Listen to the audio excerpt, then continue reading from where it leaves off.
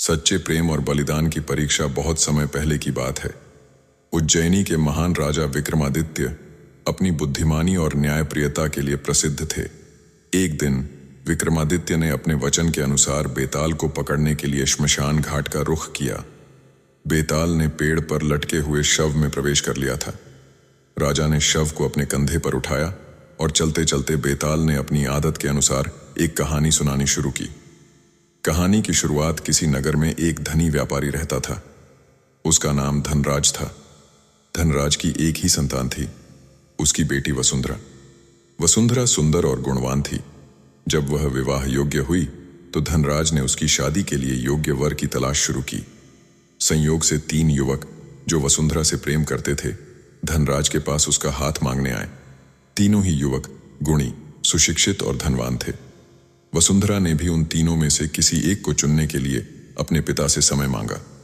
तीनों युवकों की परीक्षा वसुंधरा ने तीनों युवकों से कहा, मैं केवल उसी व्यक्ति से विवाह करूंगी जो मेरे लिए सच्चा प्रेम और बलिदान दिखाएगा। मैं तुम्हारी परीक्षा लूंगी। युवकों ने वसुंधरा का प्रस्ताव स्वीकार किया। वसुंधरा ने एक योजना बनाई।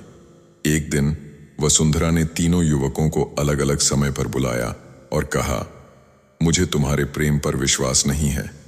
यदि तुम मुझसे सचमुच प्रेम करते हो तो मुझे अपनी सबसे प्रिय वस्तु दान में दो। पहला युवक, जिसका नाम अर्जुन था, वसुंधरा को अपनी संपत्ति और सभी बहुमूल्य वस्तुएं दे दी।